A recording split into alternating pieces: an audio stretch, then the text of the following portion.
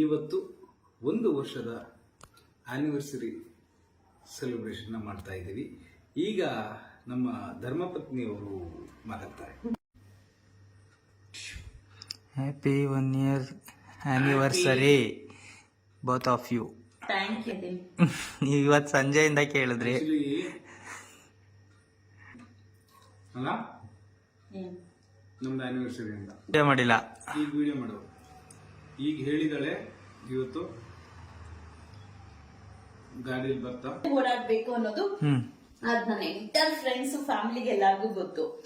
300 gram gold chain, ಆಮೇಲೆ car, ಆಮೇಲೆ ಹೋದ್ರು ಆಮೇಲೆ ಹೇಳಿ ಹೇಳ್ಬಿಡ್ತೀನಿ ಯಾವ್ದು ಅಂತ. ಆಮೇಲೆ ಇದೆಲ್ಲ ರೆಕಾರ್ಡ್ ಆಗ್ಬೇಕು. ಮುದ್ದೆ ಆಮೇಲೆ ಬರ್ತಾ ಇದ್ದು ನೀನ್ ಹೇಳ್ಬೇಕಾ ನೋಡಕ್ 10 ಲಕ್ಷ ಆಫೀಸ್ ಖರ್ಚು ಮಾಡಿ ಈಗ ನಾಗರಬಾವಿಗೆ ಆಫೀಸ್ ಶಿಫ್ಟ್ ಮಾಡ್ತಾ ಇದೀವಿ. ಮನೇನ ಶಿಫ್ಟ್ ಮಾಡ್ಕೊಂಡು ಹೋಗ್ತೀವಿ. ಸೊ ಬೈ ಕೇಕ್ ತಿನ್ಸ್ಬಿಡ್ತೀನಿ, ಆಮೇಲೆ ಮಾತಾಡ್ತೀನಿ. ಇಲ್ಲಿ ಹೇಳಿ. ಇವತ್ತು 1 ವರ್ಷದ ಆನಿವರ್ಸರಿ ಸೆಲೆಬ್ರೇಷನ್ ಮಾಡ್ತಾ ಇದ್ದೀವಿ. ಈಗ ನಮ್ಮ ಧರ್ಮಪತ್ನಿಯವರು ಮಾತಾಡ್ತಾರೆ. ನಮಸ್ಕಾರ.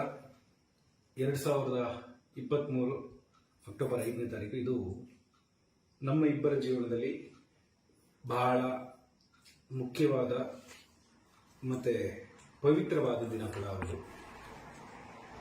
ನಾವು ಹೊರಗಿನ ಪ್ರಪಂಚಕ್ಕೆ ನಾವಿಬ್ರು ಯಾರು ಏನು ಅಂತೇಳಿ ನಾವೇನು ತೋರಿಸ್ಕೊಂಡಿಲ್ಲ. ನಮ್ಮ ಇಬ್ಬರ ಬಾಂಧವ್ಯ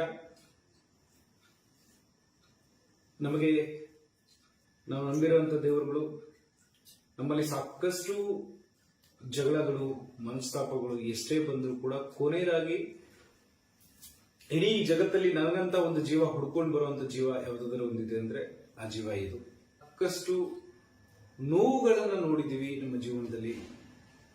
ಜನರ ದೃಷ್ಟಿ, ಕಣ್ದೃಷ್ಟಿ, ಜನರ ಮಾತಿಗೆ ಬಲಿಯಾಗಿದ್ದೀವಿ. ಎಷ್ಟೋ ಜನ ನಮ್ಮ ಜೊತೆಲಿರೋರು ನಮ್ಮನ್ನ ದೂರ ಮಾಡಬೇಕು ಅಂತೇಳಿ ಎಷ್ಟೋ ಜನ ಕಾಯ್ತಾ ಇದ್ದಾರೆ. ದೂರದಲ್ಲಿ ಎಲ್ಲೂ ಇಲ್ಲ ಅಂದ್ರೂ ಕೂಡ ನಮಗೆ ತುಂಬಾ ಬಹಳ ಮುಖ್ಯವಾಗಿ ನಾವು ಯಾರನ್ನ ನಂಬಿರ್ತೀವಿ ಅವರೇ ನಮ್ಮನ್ನ ಆಪಿಟ್ಕೊಂಡು ಕೂಡ ಬಂದಿದ್ದಾರೆ.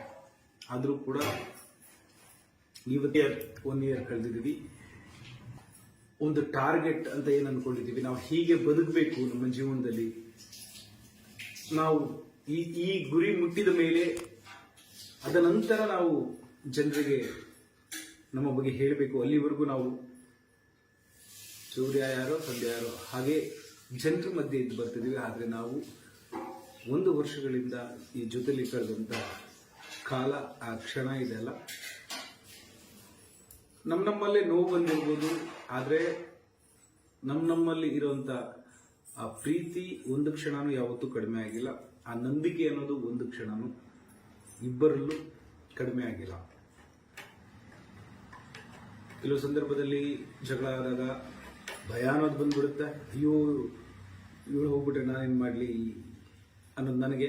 ಬಟ್ ಎಲ್ಲೋ ಆ ಬಂಡೆ ಮಹಾಕಾಳಿ ದೇವಿಯ ಆಶೀರ್ವಾದ ನಮಗೆ 1 ವರ್ಷ ಪೂರೈಸಿದೆ. ನನಗೆ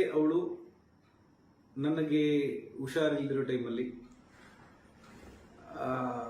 ಕೆಲವೊಂದು ವಿಚಾರಗಳು ಹೇಳಬೇಕಾದ್ರೆ ನನ್ನಿಂದ ಅವಳು ತುಂಬಾ ನೋವಾಗಿದೆ. ಆ ನೋವಿನ ಸಂದರ್ಭದಲ್ಲಿ